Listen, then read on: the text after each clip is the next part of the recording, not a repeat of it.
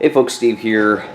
This is going to be, I guess, the start of a particular Dark Valley video.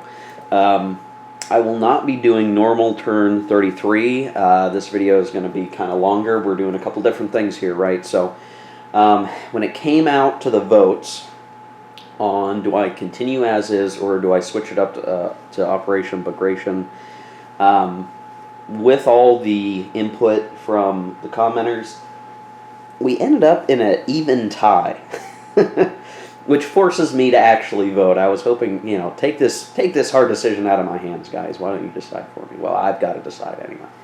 And I am choosing to restart Operation Bagration. Just we're gonna swipe the map and we're gonna set up the game again. So.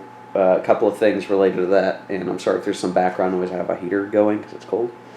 So a couple of things. The reality is, I don't think the Soviets are going to make it to the end of the game, or if they do, if things went really well, I can maybe see it. I don't think the Soviets have enough time. They've got too many hexes to travel at this point across the what would be 11 turns, and in those 11 turns, we could still have a controlled retreat, and where I think the game would end up would be maybe we'd be in Germany, but we would not have the ability to get the required victory cities to win as the Soviets. That's my that's the foresight that I think I have to say that's probably what would happen. So we'll like we did way back last year when we stopped the game after Operation Barbarossa and reset for Case Blue Operation or Fall Blau, I should say, Case Blue Fall Blau.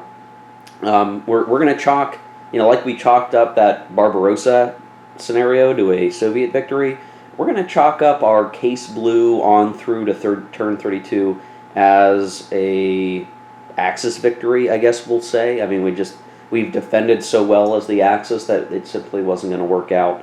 And you can imagine all sorts of things around that are totally ahistorical and unlikely, like some sort of conditional peace treaty signing occurring. I don't know.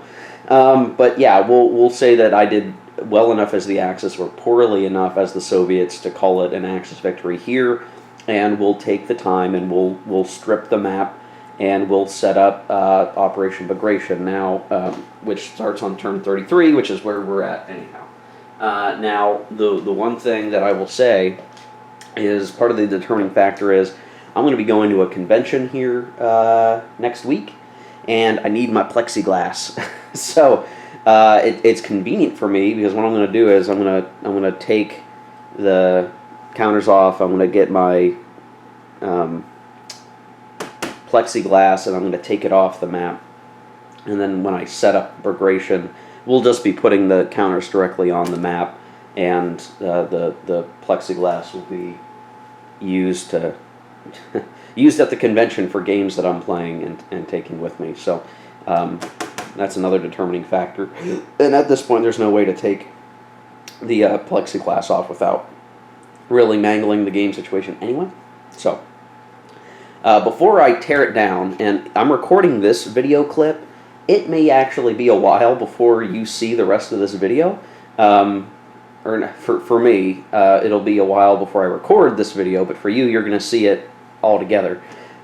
Because I'm really busy over the next couple of days, and obviously next week is convention time, so for you guys it'll probably be after the convention that you're even watching this video, so for you it doesn't really matter here, but I'm not going to have a whole lot of time for a while to record more Dark Valley, so all good. So yeah, we're going to tear it down. Now, a couple of things just before we make the cut, and you will see then, very likely we'll see in the next clip in a minute, the setup for Operation Bagration. I think a lot of how this scenario from Case Blue went was very much decided by my strategic decision to not strain myself going for Stalingrad, not strain myself going for Krasnodar. I mean, I half-heartedly tried for Krasnodar. I basically just said I'm not going to make it to Stalingrad because they've got too many factors in there to take at that point. You know, they were already getting guard units, and Stalingrad was already looking too tough to take. And instead, I tried to, go a northern drive, and I had taken Voronezh.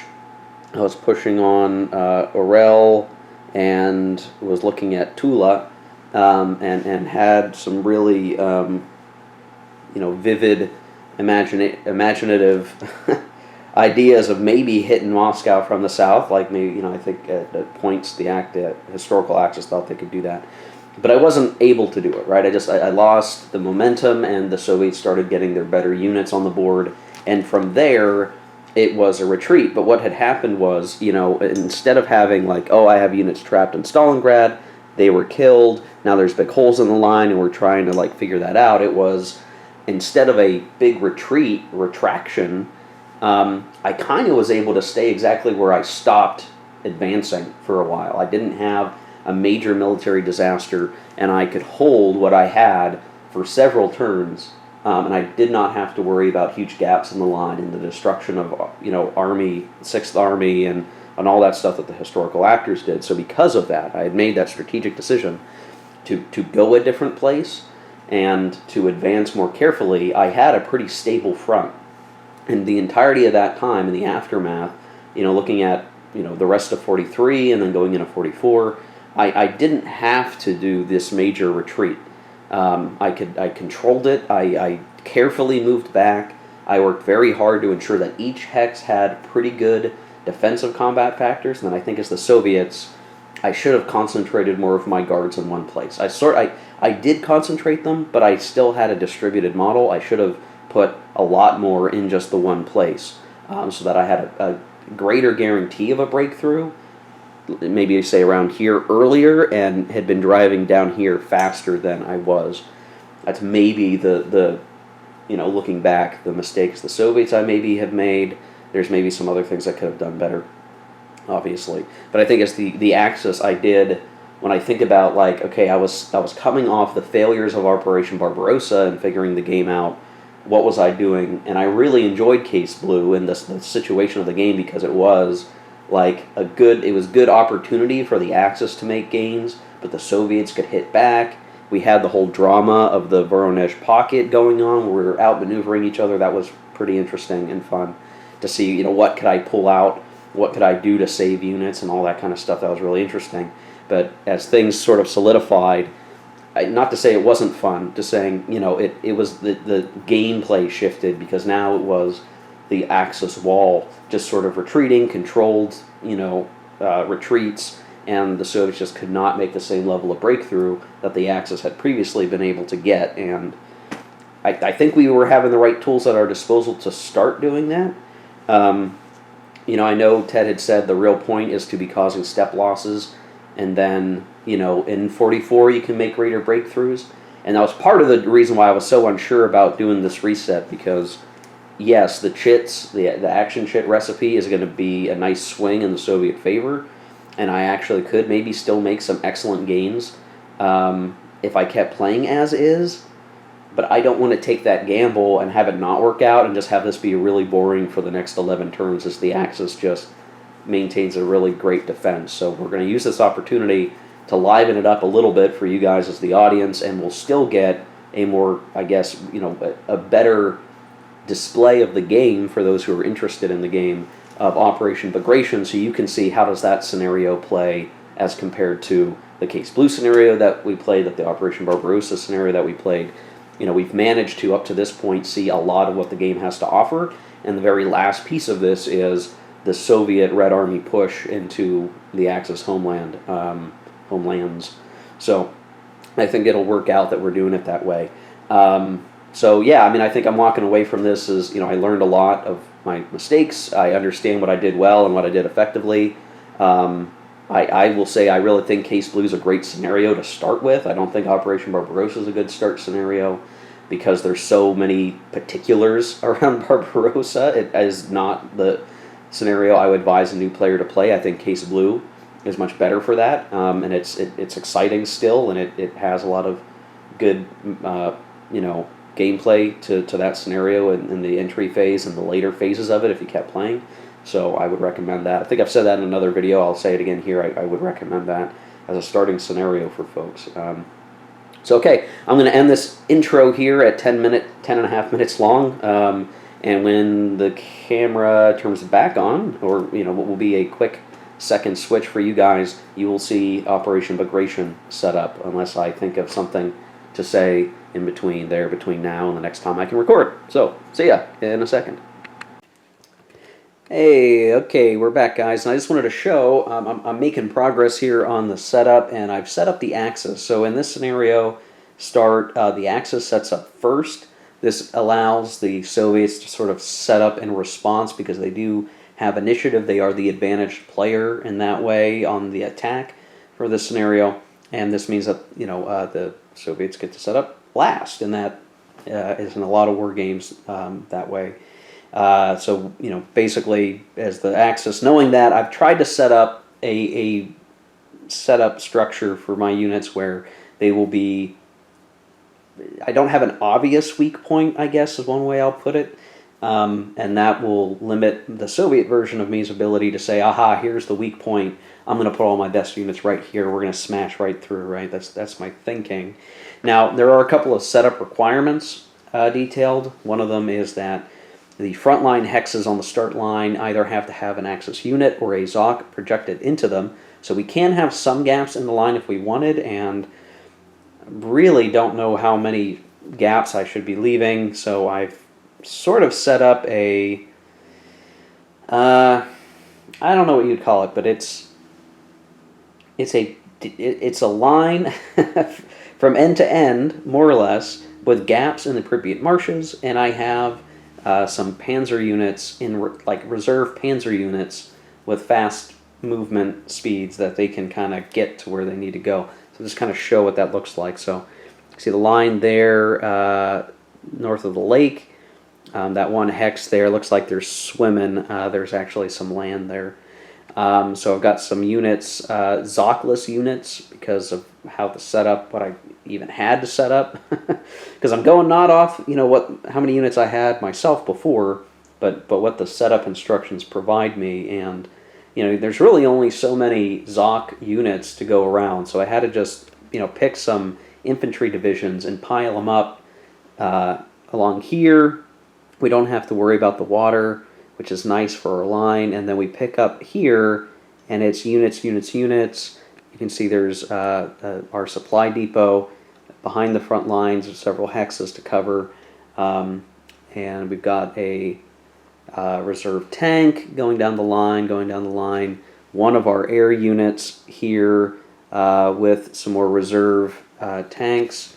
As the front line goes through the Pripyat marshes, and we still have to follow the rule of those front line hexes with ZOCs, I've spaced out some infantry corps to be sort of holding forces. Now once the turns actually start, I can pull those guys out of the marshes if I think it makes sense to do that.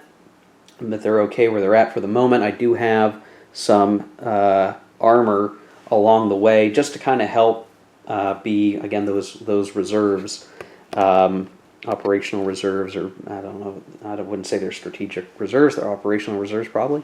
As we get back down to the south, again, picking up with strength of units in each hex, decent strength, with some reserves, and then on down through. Now I've got a lot of guys here along this mountain. Ultimately, that might be a poor choice. I'm not sure. So I might end up changing that before I pick up again. But and then I sort of left one hex empty here because I don't think it was a big deal to leave it empty. But I'm trying to hold a decent line here in Romania because that is going to be, a good area for the Soviets to penetrate deep. And then what they're going to do is they're going to come down and up like they did historically, while also coming through here and they're going to move their way through, and they're going to take Budapest and Vienna, and then they're trying to climb up through Czechoslovakia into Germany itself. And so I got to watch that, I guess. But obviously, they are going to try to punch through here too and get to Berlin that way through here. They're going to try to cut off guys in the north. If they make it to Riga, they'll make these guys have issues. So this is as good of a setup as I can really think of. Thinking, okay, the front line's decently stacked, except for the Pripyat marshes. I've got the reserve panzers to sort of react where there will be holes punched through. I do feel less confident in this line than I did in my previous setup for when I was playing last turn before we reset. I think my line there was a lot better compared to this. We've got a lot of stuff in the dead pile from the setup that, if we can replenish some of those step losses, then that will certainly help. But we'll definitely say I feel the pain of this Axis frontline army because they feel a lot more beat up than mine was where we were at last video. So I'm going to put a cut here, and I'm going to work on setting up the Soviets. Obviously, they're going to be right along the line around here. And I'll have to figure out where do I want to try to apply the most pressure.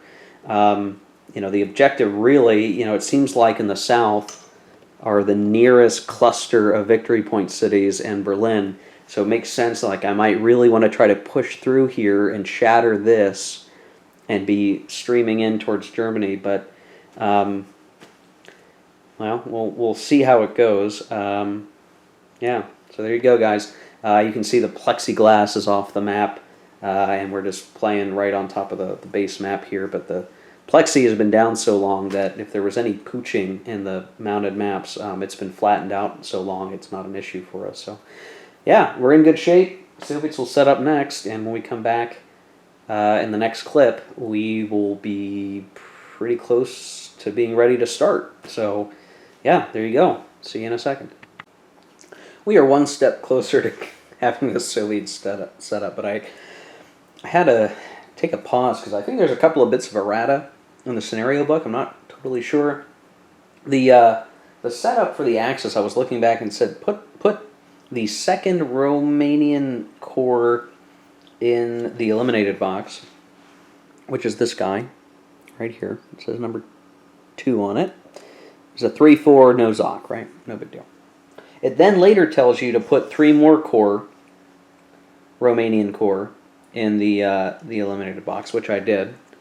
And I picked 4, 5, and 6 as my guys to take. Now, but they're all the same. They're 3, 4, no Zocs. And so, okay, well, what the heck's going on?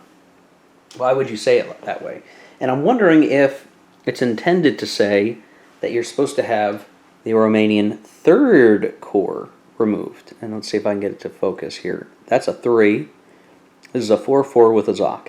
It is distinct from the other Romanian corps. So I could imagine why you would say in the setup to remove or have eliminated in the eliminated box the 3rd corps, which is a distinct unit, a 4-4 with a Zoc, and then 3 Romanian corps, and you'd pick the other 3, the 3-4s. But instead it says the 2nd corps, the 2 corps. And I'm wondering if it meant to say 3rd corps, and that the Romanian unit with the Zoc is supposed to be in the eliminated box. I'm putting the unit down as it was written or typed, but I think that might be a bit of errata, because I could see why you would say, well, now there are no Romanian units on the map with Zocs, but I don't know. So, I don't know. Ted, if you're hearing this, I might ask that you provide a sanity check there.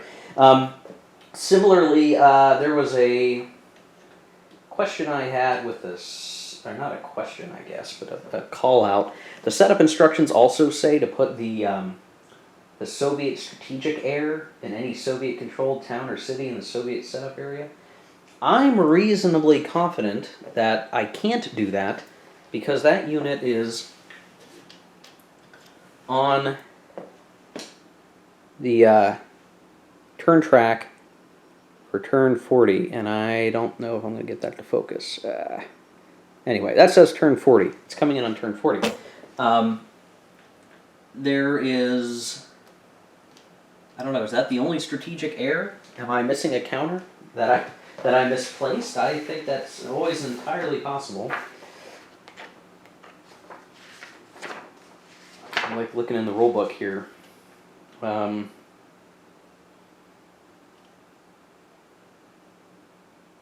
Yeah, it looks like there's just the one Soviet strategic error. So the scenario book says to set it up in a counter hex, but I think that's wrong because I don't have access to that unit for 6 more turns. So that might also be a bit of errata that is not accounted for anywhere. Or if it is, I haven't checked what the latest errata is, so my bad. But just a couple of things I noticed there that might be worth calling out. So anyway, I'm gonna take myself back off, and I'm going to get the Soviets set up. I believe I got my units. I'm off on another table behind the camera here. The units that I can set up, because fortunately, having just played turn 33, most of the replacements and conversions and all that stuff have already occurred. So I just need to make some minor adjustments with what the expected conversions were. So there's like a bunch of stuff over here, dead stuff that we're already covered for. That I didn't need to mess around with too much, and I grabbed some stuff out of the removed from game piles that are now in the setup. I think I've got it right, and we'll see. So when we come back, the Soviets will be set up. Okay, well, here's the Soviet setup here. Now I have what could be considered a pretty thin line at the moment. Now there's a whole bunch of stuff in the dead pile that will be replenished when we actually have reinforcements. But with the situation as is, I'd say it's pretty good for the Soviets. Now I've got a thin line up here. It's not super thin, or not super thick. I was able to cover the line with 5-4 units, and basically once I created a line of 5-4 up and down the line, it was okay. Now I'm going to add units to build up my areas of focus. So yeah, there's some combat that can happen around here around Pskov, I think it's called. And I've got some concentration. You can almost see where the red is really where the action's going to be. Here, because I would like to kind of bust through there and if possible, start heading towards Riga, and that might be a nice penetration point. I've got some cavalry down here with the idea that we're going to disrupt the line here in the Pripyat marshes, and with the high movement of the cavalry, we may try to march our way through the marshes and start to cause flanking issues over here.